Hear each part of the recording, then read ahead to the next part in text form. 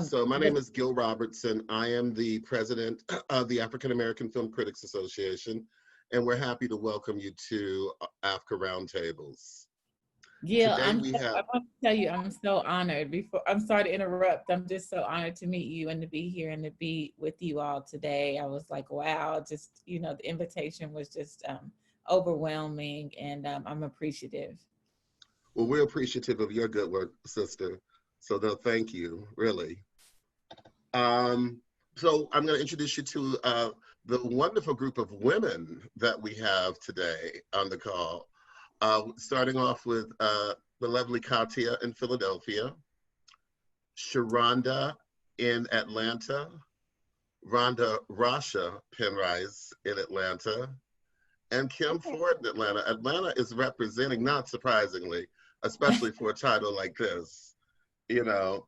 So without further ado, welcome. And I am going to be in the background with our voice of God, Ed, who was on earlier.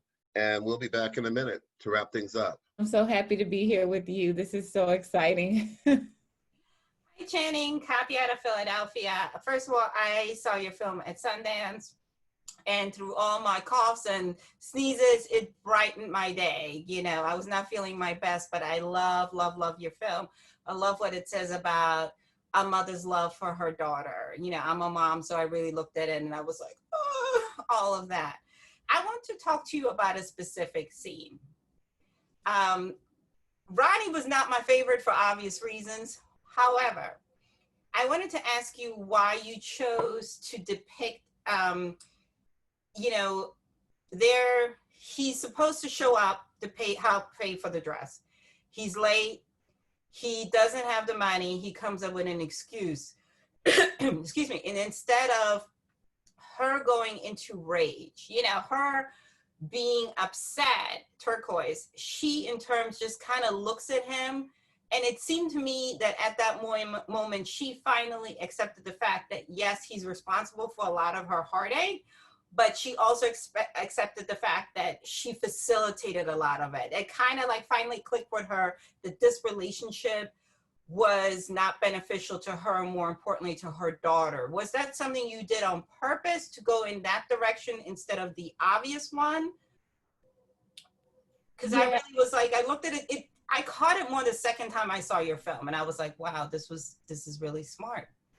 Yeah, I think so. I think, I really wanted to be able to find a way to represent this idea that Turquoise is navigating so many emotions, especially in that moment. And there's this sense of history between them, and finding a way to just convey the gravity of that history and the moment when she says, okay, enough, like I felt, and this is obviously in collaboration with Nicole Bahari, who plays Turquoise, so brilliantly. But, I especially felt even on paper in that moment that, Turquoise's everything that they've been through is flooding back, and that enough moment is just her being, there's more, she's more resigned than she is, like, she's angry for sure, but like to go into that rage, and in that moment I felt like would have distracted from just that resignation, um and you've so eloquently like laid it out even more than I can. I just wish you could describe it again so people could get it, because I don't think I'm doing it justice in the way that you just did. Oh, thank you. I mean, I love the film, and I think the other thing I wanted to ask you was Channing's, Turquoise also in this is trying to break a chain. We learn how to love from our elders. Her relationship with her mother is not great. But she's trying to have the bleeding stop between her and her daughter. And I think her also realizing that, was that where you wanted to show growth also within her, when she kind of like realizes that she was doing to her daughter inadvertently, even though with good intentions, what her mother did to her, imposing these expectations when she finally when Kai performs, and she sees her in her natural hair, and she's doing the poem, but she's doing it on her terms. Do you think then it clicked for her to say, you know what, I have to trust the foundation that I laid? Like, I can't control everything. Do you feel like that point was that important for people to see? Okay, she's learning on two halves. She's learning to stop having this dysfunctional relationship, but at the same time, she's also learning to trust the foundation that she built in her daughter. Oh, absolutely. It really, I think there, what was important for me in the journey was for people to see that Turquoise is navigating this idea of her lost dream, and navigating her own disappointments, and also so much of it is about her these hopes and dreams for her daughter, that she's clinging to. But at the same time, I wanted to convey the idea that Kai has her own hopes and dreams for herself, and they both grow and together in a way, and individually. Kai, and being able to be free of kind of the expectations that Turquoise has for her life. And Turquoise has this, I'm telling the film but you all have seen it, but it's freeing for both of them to, I think, come to this understanding that Kai should have the freedom to be herself, and Turquoise should be able to be free of, the constraints of being weighed down of who she believed she was in the past. Absolutely. Thank you. Oh no, you've broken it down so much better than I could, so I just enjoyed listening to you. Hi, Sharona Williams. I wanted to know more of the process of developing your first full feature-length film, and why Mr Juneteenth, and really centering this film around a really historic moment for Black people in this country. Yeah, I mean, I didn't anticipate, obviously, the historic moment that we'd be in, but, what I did do was, frame the film thematically about many of the conversations that we obviously have been having in the Black community the whole time, And so I think that the timing of it, some of the themes are resonant just because of that. But in conceiving of the film, I really, it's a super personal film, because Miss Juneteenth was so formative for me. Like I can remember, like, I know the gravity of what it means to me now much more than I did obviously when I was a kid. Like when I was a kid, I would just go to this pageant, and like I would just be so enamored with the young women that were on stage. Like they were like women that looked like me, and it made me so excited, and it gave me a sense of confidence, I feel, that I didn't appreciate until I was an adult, where most people are like, I want to be Miss America, whatever. I was like, no, I want to be a Miss Juneteenth, and I think I took that for granted until I was an adult and started thinking about like what kind of subjects I wanted to take on in my first feature. Like I knew I wanted to shoot it in the community in which I grew up, because like that community had been so affirming for me. And, I saw it was such, with the lens of, I think, beauty and strength, and the folks were so resilient, and there was this dignity, that I saw in the way they carried themselves. And I could, the bar in the film is a bar that, I've grown up going to, and, I could just go there and sit for hours and just watch people, and it was something that I felt like should be seen on screen. And I think the part of it where Turquoise comes into play is that, so Turquoise is so many women in my life, myself included, my mom, my grandmother, the women in the community, my aunts, women in the community who just said, okay, you have a dream, and we want to support that dream. And that was in so many different ways. Like I would make little short films and they would drop food off, somebody would come and do hair for the set when I couldn't afford, a professional hairdresser or a makeup artist, and I'm talking about going back to when I started my shorts, or they would just open up their businesses or their homes to let me shoot there, which, as you all probably know, as film critics, is a real big deal to have a film, large or small, a film crew in your house. So, so much of her came from the determination and drive and passion that I saw in the women that surrounded me. And, I was raised, for most of my life, my mom was single, so I saw the film from that vantage point initially when I wrote the film. And right around the time I think we got the green light for the film to be made from the financier, I found out I was pregnant. So of course, so I ended up having to, I ended up not having to, I had the opportunity to see the film in a different way as a mother, you know, after I had my daughter. Like, we didn't shoot that summer. My daughter was due in the middle of the summer, and that's when the film was always planned to be shot in the summer, because we were shooting around the existing parade. But I shot it the following year, and really in that year, it gave me, you know, in learning how to be a mom, you know, I experienced this thing that I'd never experienced before. Like, there was this, like, when I had my daughter, I just wanted to like hold her tight and protect her, you know? And that surprised me, because I had been kind of this rough and tumble girl who did whatever I needed to do to get films made and run all over the country and doing stuff. And, you know, would run out in the middle of the night for research. You know, I just didn't have fear about things. And when I had my daughter, I did have like, I had fears about her future, you know, and could I live up to like taking care of this young Black woman, you know, in a world where that often doesn't support young Black women, you know? So that, I'm talking too much, but you know, there was an ebb and flow to how the film changed and how I approached the film.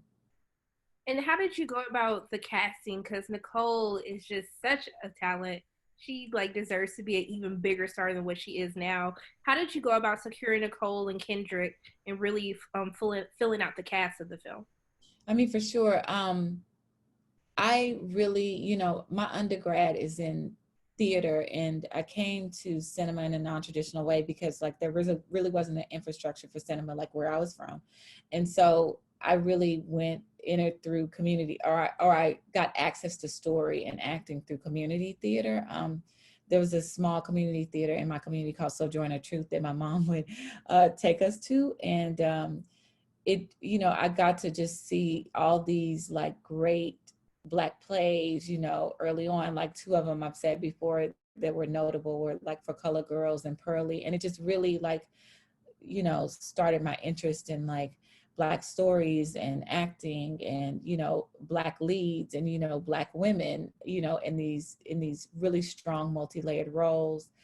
And I really have this naturalistic approach to directing. And so I really was looking for actors that could be complementary to that. I also believe in nuance and trying to add as many layers as I can to film if possible, just because like I was always really into literature, like Toni Morrison, Alice Walker, Gloria Nyla, you know, Dr. Maya Angelou, all those folks, and all those wonderful women who told stories. And so I really had been familiar with Nicole Behardi's work, obviously, as many of us are. And knew that she could bring nuance to the role, but I'm also like was so attached to this story, and I'm so big on authenticity, and so attached to like being able to portray this story authentically, you know, as a Black woman in the South and as in Texas in particular. And so, you know, it was a mandate for me that I had to see the actors read, you know, for roles. And that was such an honor to be able to see that, because when I saw Nicole in the role, you know, it was like, oh, it made me lean forward, you know, because I saw the nuance that I was looking for. And so that's how she came to the role. And the same thing with Kendrick. He was just, you know, electric on screen. And I was excited about him and excited about their chemistry together. And the young woman who plays her daughter is named Alexis Chikeze, and she's a breakout. This is her first feature film. And, you know, if I was nervous about anything, I love, you know, working with the actors. I was mentioning my undergrads in theater, so I wasn't worried about working with actors, but I was worried about like being able to nurture her as a breakout. Like in, you know, independent films are shot, our schedules, it was a little intense, you know, like most independent films. So I wanted to be able to have time with her. And, you know, on independent film, you don't have all the rehearsal time in the world.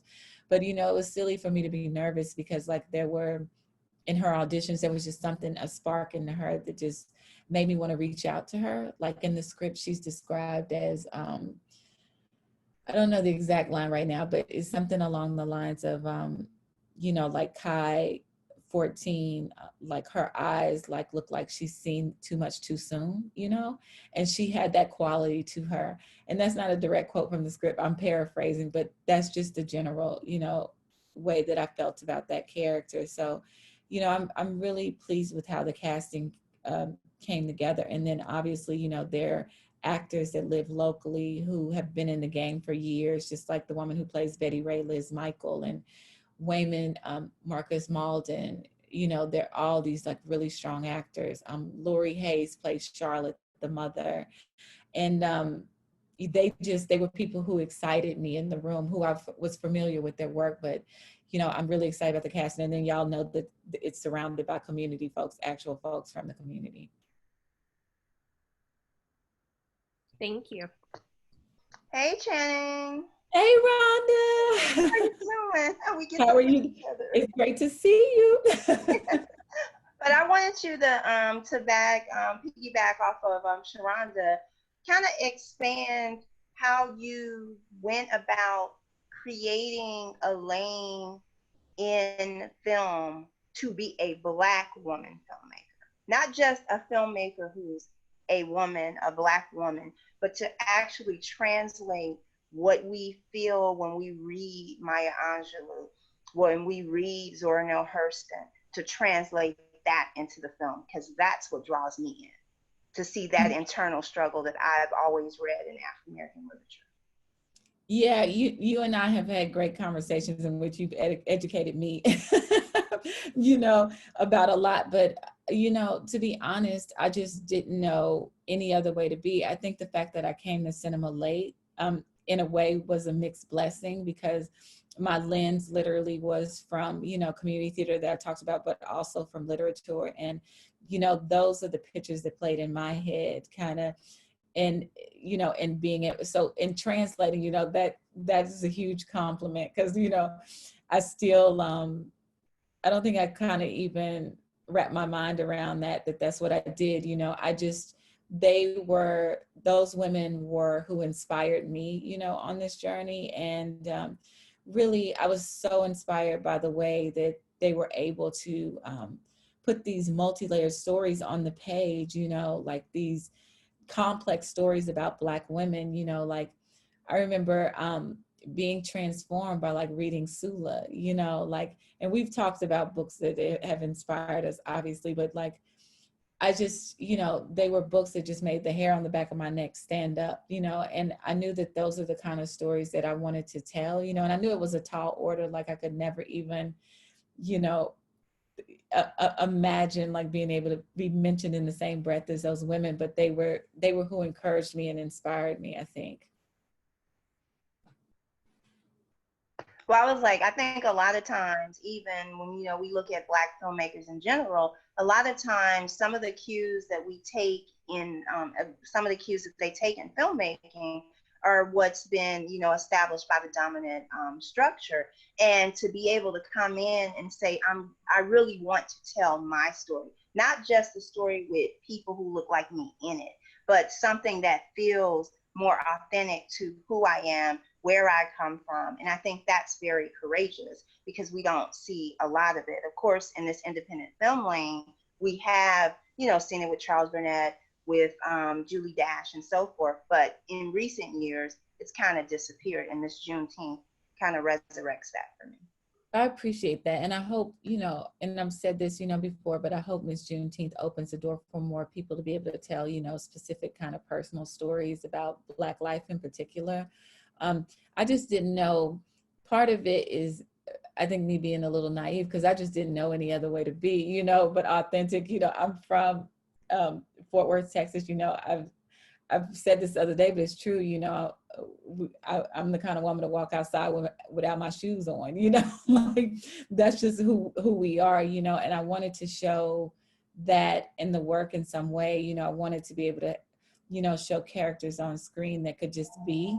And I just wanted to show the humanity of us on screen, particularly from my perspective. And I think that there are not enough like complex like stories about Black women in particular. And I was just fighting tooth and nail to be able to tell it. I think I also had really supportive producers that just backed up and let me do what I do, you know.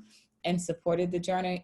And I think that that's super important in order for us to be able to tell our stories, that we have a support system that doesn't get in the way of you telling your story. Because I think even in going out with it, you know, you hear everything about the market and what sells and things like that. And everything against this film was going against the grain of all of those things, you know. And so it's still, I watch it and I'm like, wow, it's a miracle, it's here, you know, you know, but I'm really grateful that it is. Well, thank you. Thank you. Hi, Shannon. I'm Kim Ford here in Atlanta.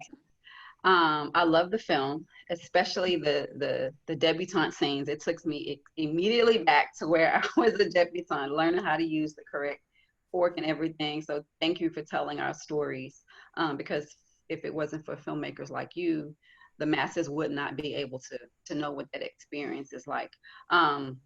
My question is more so, I wanted to get your take on where you think the Black Lives Matter movement is taking, you know, the industry, period. You know, even there's a letter signed by 300 actors, Tessa Thomas and Viola Davis, so many, demanding change in Hollywood. And the amazing thing is that I know for myself, I've noticed that even Amazon and Netflix have made specific time to highlight our films, and yours as well. So where would you like to see the Black Lives Matter movement and our voices and our protests take entertainment in front of and behind the camera? I mean, absolutely. My hope is that this is a time for voices to be amplified. And, you know, I don't mean just in film, I mean your voices and, you know, the voices of community, the folks, community organizers and activists and people on the ground. Those are really the folks that are doing the work. You know, as artists, we're just, you know, finding a way to have conversations about that work in like film and media, you know, and other mediums. But y'all are doing it on the ground, you know, by being able to, you know, creating a space for us to be able to talk about the work. But I think at the end of the day, like, I'm hoping for some sweeping changes, not only in the way that Black films are, you know, produced, also the way Black films are distributed and amplified and put out into the world. Because like, even when you fight like tooth and nail to get these films done, you know, you can make a tiny film, you know, with your iPhone or whatever it is, or you can make a film that's larger. You still have to get the film to the audiences. So my hope is that studios are looking to greenlight more Black stories, you know, independent filmmakers, you know, producers are looking for Black stories to amplify right now. And distributors in particular are looking to put these stories out into the world, because I don't think that you know, one of the things that I've learned through this whole process is just like, you know, this is my first feature film. And at the end of the day, like, we have to get it, we have to get the films out to the world, and we have to like have people like you that amplify the films, you know? And so that's my hope, is that there are sweeping changes in all of those departments. And my second question is, what in the future, what additional types of films would you like to make to tell our stories specifically? I mean, you know, there's obviously, you know, I've highlighted that I love literature, so I'd love to find a way to adapt. I absolutely am going to keep making my original content, because, you know, a mandate for me is to get more Black women leads in front of the camera, you know, because that was really what inspired me in this journey, is to see more complex roles for Black women. And also, world is such a big important thing for me, you know, specificity of world. And that is another thing, like I told you, I wanted to be able to tell the story, you know, based in my community, and highlight this little known kind of, at that time it was a little known historical moment, but now more people know about it. But I want to just keep making films that are about culture and highlight the beauty of our culture, because that's just so important to me and what started me making movies. Awesome. Thank you. Thank you. Thank you. Jenny, Kathy again.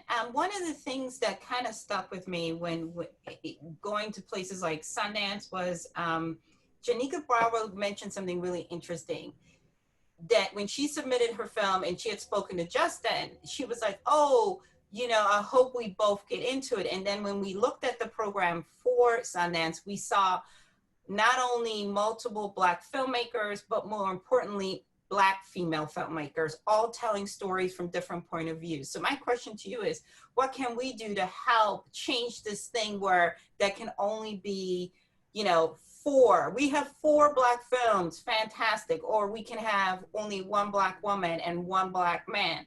What can we do to make these festival organizers stop putting limits on how many Black people can have films in the festivals, and just say, let's have the best films that fit, with what we're trying to do with the festivals?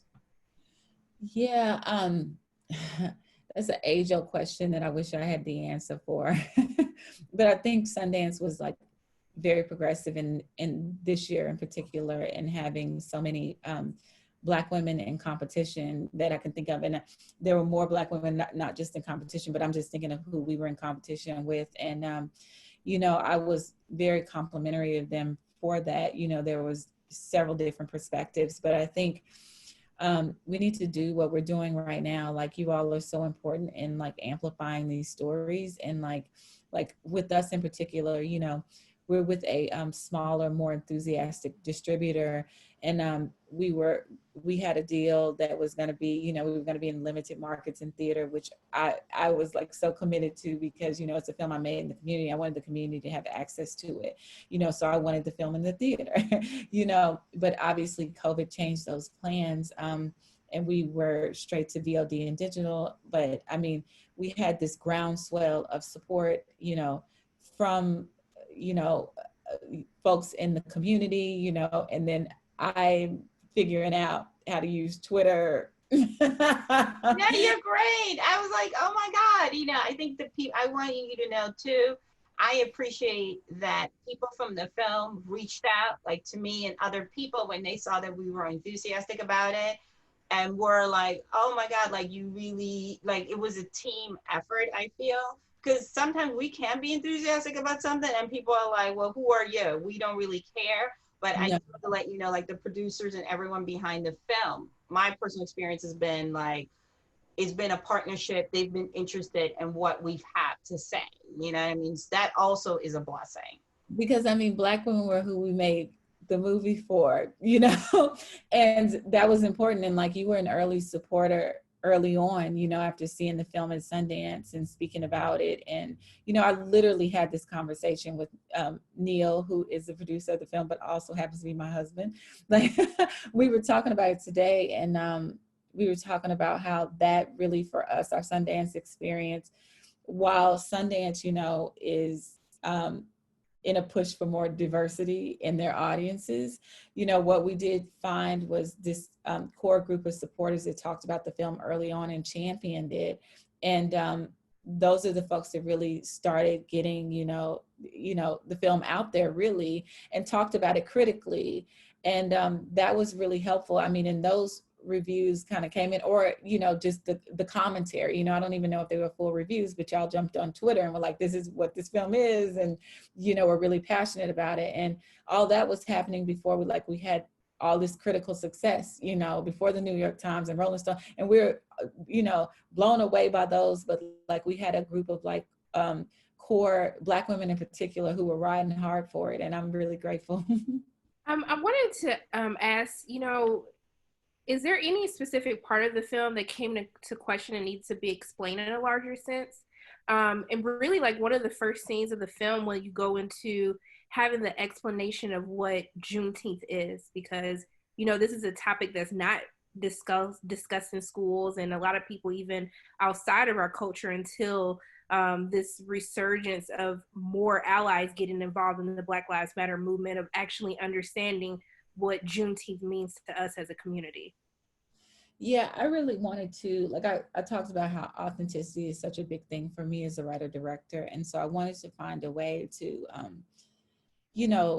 obviously, like, in pitching the film, Neil and I pitched the film together, because literally we would have to do this thing where he or I, we switch off sometimes, would always have to start the pitch with explaining what Juneteenth was, because at that time people just had no idea. And I really wanted to find a way to, you know, not explain it, but really tell what it was at the same time. And, you know, the only way that I could approach that was through character, you know. So we have that scene in the film where Mrs. Washington, who's the organizer of the pageant, you know, is explaining, oh, I hate that word, explaining, but talking to the audience about what Juneteenth is. And this is happening in the moment where Turquoise and Kai are having their dynamic. You know, Kai's on the phone and Turquoise takes a phone, and you see in that mother-daughter dynamic between them. But it was important for me, you know, we're doing a modern day story about a Miss Juneteenth, you know, but we wanted to educate, but like we didn't want to beat anybody over the head with what Juneteenth is.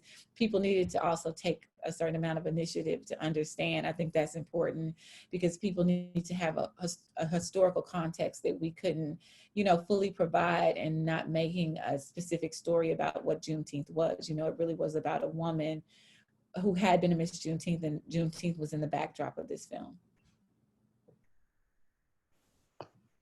Hey, Rhonda again. I'm assuming that, I don't know if you made Miss Juneteenth before you worked on Queen Sugar. Yeah, I had written it before. No, I'm saying, but you didn't film it. No. Okay. No, I was, I wrote on the 3rd season of Queen Sugar.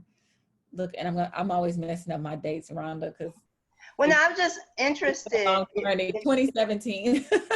Yeah, I was just interested if that experience helped you with Miss Juneteenth at all. Yeah, I mean, it's interesting because so when I worked on Queen Sugar, there was, my showrunner was this lovely woman named Kat Candler, and she basically had read the script for Miss Juneteenth, and I was hired, you know, as a result of her having read the script. Obviously, I interviewed and stuff like that, but I didn't have like a TV sample or anything like that. And to be honest with you, you know, I was so like nervous. And she was an independent filmmaker that had directed a film at Sundance called Hellion. And, you know, and I'm not sure the exact details, but I think her and Ava connected, you know, through having seen that film. And, you know, she was later went to work at Queen Sugar and ended up being showrunner for that season. And she was really lovely in the sense that, you know, she believed in my ability as a writer, you know, and kind of was there to guide me through the process. And, you know, I think that Queen Sugar is such a special show because, like, Ava has found a way to, you know, show us a new world. And, you know, we're discovering so many new things through the characters. And, you know, that was, and we're seeing, you know, we're having these discoveries through this idea of family and what they mean to each other and the relationships that them relating to each other.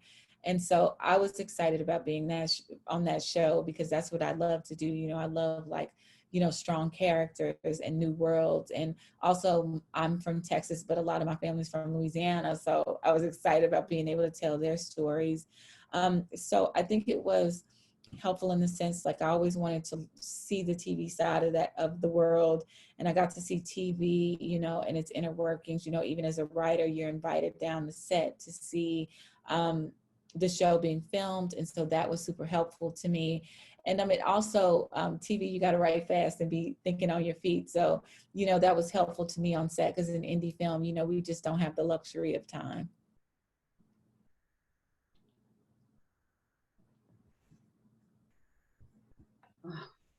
Sorry, I have one more question.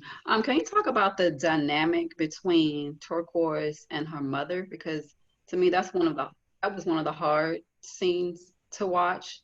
I think the hardest scene for me to watch was when the husband, or they were, I guess, separated maybe, disappointed her and she was crying, and the tears just jerked almost tears out of my face.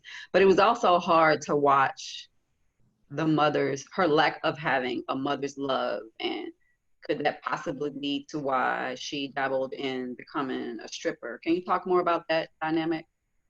Yeah, I mean, so I don't think we were directly delving back into, like, backstory, like we weren't being explicit with it, because I really wanted to represent, like, who Turquoise was when we met her, you know, and really be able to go on this journey with her at recognizing, you know, really recognizing like who she was in the past and like how that contributed to who she is today. But I just wanted us to be present and not being bogged down with backstory right away. And so Charlotte really, her mother really informs a lot of the backstory, you know, in a subtle way. You know, it really is about her having won Miss Juneteenth and then not having the support system to be able to sustain that, you know. And I really, the Charlotte character, like there's, you know, I really was specific about making sure that we stayed as closely as we could to the script, because we had worked on it for so long, number one, you know, through development programs and things like that. But there were also, you know, this idea that there was dialogue in the film that informed the themes, you know, and I felt like if we lost dialogue, it would challenge, you know, many of the themes. It was like a domino effect, you know. And so I was trying to protect the script as much as possible. But just a fun fact about the woman who played Charlotte, Lori Hayes, she just was someone who, I don't know if I said this in this call, but stop me if I did, but I'll just say it again. But she was someone who came in for the audition and like she totally like turned my idea of that character upside down. Just because like she's like in real life, she's this like really classic, graceful, genteel woman. And she came into the audition and like there was like something that felt, you know, slightly off center, you know, about the way that she's like portraying this character. And it kind of made me like sit up on the edge of my seat. I was like, wow, you know, it was kind of, you know, it was like irreverent. I can't really explain it, but I was like, how, you know, what a wonderful thing to like have an actor that like changes your idea, you know, about what a particular character could be, but also is protecting, you know, the strength of the text in a way, you know, that we really can represent like Turquoise's backstory and like seeing who her mother was. And I think you also are able to infer like part of like how Turquoise was, y'all tell me, but you know what I was going for was wanting to infer how Turquoise grew up just in her caring for her mother. You know, there's a particular scene where we see the care, you know, and we see the love between them, you know, and you see a moment where you can tell that her mother loved Turquoise, but you also see some of the difficulties that they faced. I wanted to ask you how you went about framing the Black community of Texas, because even though it's shot in Texas, you know, from watching people two-stepping in the barbecue joint, from the parades, it still made me feel like, man, that is what it feels like to be Black. That is what our community feels like. That is what just our fellowship feels like. I thought you did a really great job of capturing that. Thank you so much. I obviously really love being Black, but there's just, you know, there's just, like I was mentioning earlier, there's like this sense of pride in the community that I grew up in that I thought was important to find a way to like convey on screen, you know. Like I was right around Sundance, I was talking to this wonderful writer at Teen Vogue, and she outlined that it felt like Black Texas to her. And so that's what I've taken on with me, you know, it's Black Texas, you know. And there, you know, Neil, who I mentioned earlier, was like, he's from North Carolina. And I remember when he came to Texas, like he describes Texas, like, even though we're both Black and from the South, he talks about how in this particular community, there's a sense of like pomp and circumstance, you know, people have a sense of pride in the way they present themselves, even if they're going down to that little bar, you know, you know, in the middle of town or whatever. It's like everybody's going to be in their kind of best dress kind of thing. It's an occasion, you know. And I wanted to be able to convey that sense of pomp and circumstance, especially in the way that I see it in this beautiful way, you know. There's also, I think, you know, one of the things I think that really informed the way I saw the film visually and through like many of the aspects of the production were this idea of that the people have this grit about them. And so I tried to bring as much of that to the visuals. You know, it's not a slick movie, you know, everything should feel like really lived in. That's what I was, you know, expressing with my creative collaborators, like in the production design, the costumes, everything. It should just have this like lived in quality. It's a community that was once like this bustling community for Black folks. There were like Black businesses. There was a Black doctor there, you know, there was Black commerce. And today it's just the businesses that are left are just businesses that are holding on. Like you saw a couple of them in the film, like the bar, and the funeral home. Those are businesses that keep being passed down through generations. And gentrification has set in this community. And it was important to me, you know, to be able to put these businesses and community on film so that they don't go away, you know. Like, in a way, I was selfish in trying to preserve them. And I think also everything feels particularly like it's like slightly past its expiration date, like it could go away at any time. So I was like fighting to be able to tell the story because of that. Thank you. I think that's so beautiful what you said about kind of holding on, because that's what we see, that Turquoise is so used to holding on that she hasn't gotten to the point where she can thrive. And that's what I love about the ending of the movie, because I feel the potential is there for her to finally be able to thrive. Yeah, I love that. You know, that was so much a part of like the film thematically, is finding a way to go from surviving to thriving, you know, and that's something I'm even navigating, you know, as a woman, a mother, a Black woman in particular, you know, that I wanted to bring to the film. So like her journey is definitely even inspirational for me, even as the writer. I just feel like sometimes these characters, like once you get to know them, like you're a writer, you know what it is. Like once you get to know them, they just start taking off and telling you things about themselves, and you just have to kind of let go. That's like Alice Walker when she was writing The Color Purple. She said she had to leave New York because her characters couldn't speak to her. So she had to get out of New York so that her characters could speak. Yeah, I mean, we came back to Texas, like my husband and I went to film school in Los Angeles at USC, and we came back to Texas to do the film because it was just so important to be in the space, you know. And that's why I couldn't have filmed this anywhere else. No way, that was never negotiable. But like being in the space, literally I would go down, like when I was researching the film, I would go into the bar just to watch people, but also there were a couple of nights that I worked in the bar just so that I understood Turquoise's journey, you know. And how else could I understand, you know, like what she was walking through every night, you know, the pressures that were on her, but also this sense of feeling like a home away from home, you know, if I hadn't worked in there myself. So, you know, it's a place I still go. Like, I can't wait for them to see the movie. Well, this has been absolutely a delight. So, I mean, congratulations again. What are you working on next? So I'm working on my next original film, and then, you know, I just got reps after Sundance. So, you know, I'm just at the moment where I'm starting to kind of see other people's stories, you know, that I could potentially direct, but also some TV ideas and things like that, and, you know, being a mom as well. So. And you guys are spending COVID in LA, Texas, New York? We're locked down in Texas. You know, the idea was to go back to Los Angeles after, like, we were supposed to play South by Southwest, and, you know, obviously everything knows what happened with that. But we were going to go back to Los Angeles after South by Southwest, and then COVID happened. So we're locked down. But in a way, you know, I was glad to be not in the community, because obviously we're all still social distancing, but with the community, you know, in the community that we made the film. You know, when it premiered, we did have a small like community screening at a local drive-in. So that was kind of cool. But, you know, the most we could do was like after the film showed, everybody was like honking their horns and stuff like that. You know, that's as close as we could get, which is kind of a heartbreak, because like on Juneteenth, it's so much about us getting together and, you know, hugging each other and all that good stuff. So hopefully soon. I know what you mean. I know what you mean. Well, we are here for you. We're here to support you. We're here to keep you lifted up. And so you can count on our continued support. On behalf of the ladies today of AAFCA, we wish you well, and we hope to see you again real soon.